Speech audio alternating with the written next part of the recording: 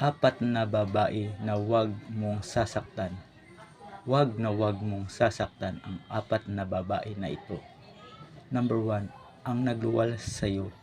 Number 2, ipinanganak kasama mo. Number 3, ipinanganak para sa iyo. Number 4, ipinanganak mula sa iyo. May tinatago ka bang kasalanan?